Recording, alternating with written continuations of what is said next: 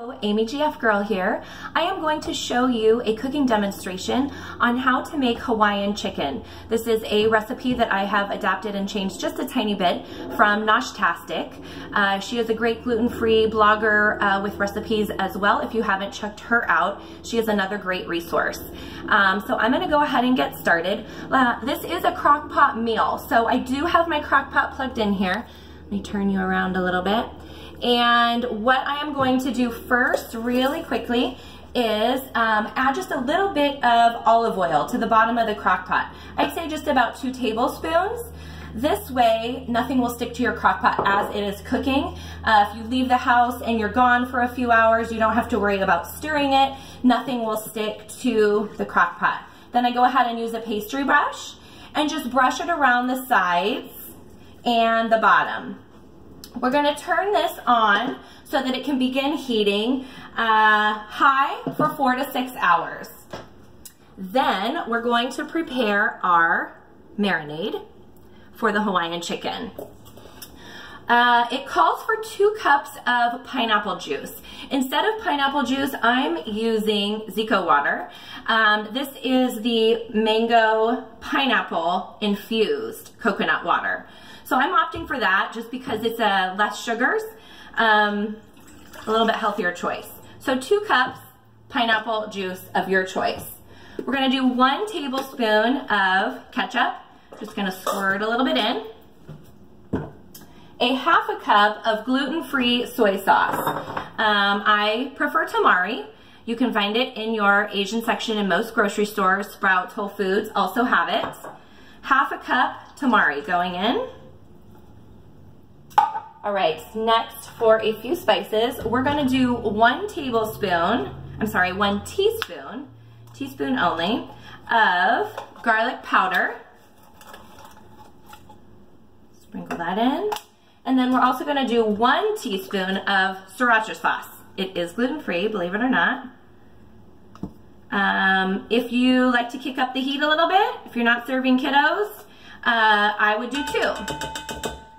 I don't want to make it too spicy so that the kids don't eat it though, so I'm just going to do 1 for a little flavor.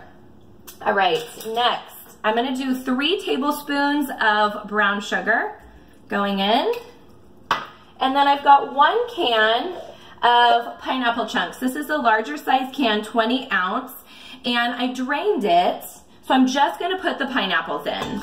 I like to buy, when I'm buying fruits in a can, make sure that it's in 100% juice and not heavy syrup.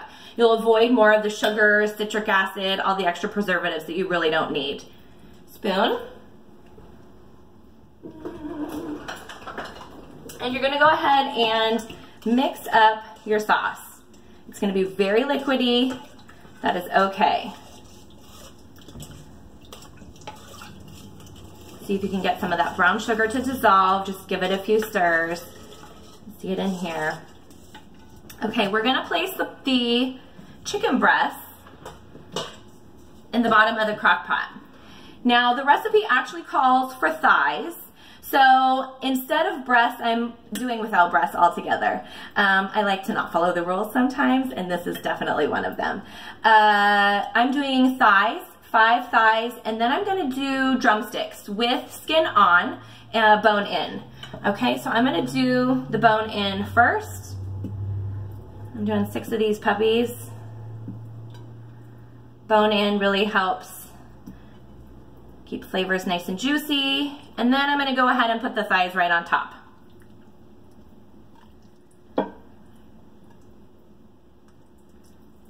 Spread it all around so it's evenly covering the bottom of your crock pot. And then all you're gonna do is go ahead and pour the marinade and the sauce right over the top. Make sure you get all the pineapples in. Okay, and give it a little stir. Make sure all of the juices are down at the bottom as well and coating all of the chicken. All right, give you a little peek. I'm gonna put the lid on this, like I said, on high for 4 to 6 hours. There's no need to stir, just let it go ahead and cook throughout the day. I'm gonna serve this with a side of brown rice and then fresh sliced pineapple on the side, and then a small green side.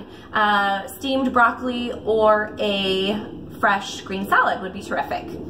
I hope you enjoy it. Let me know. Also follow me on Instagram, AmyGFGirl, Facebook as well, and make sure to subscribe to my YouTube. Thank you. Have a great day.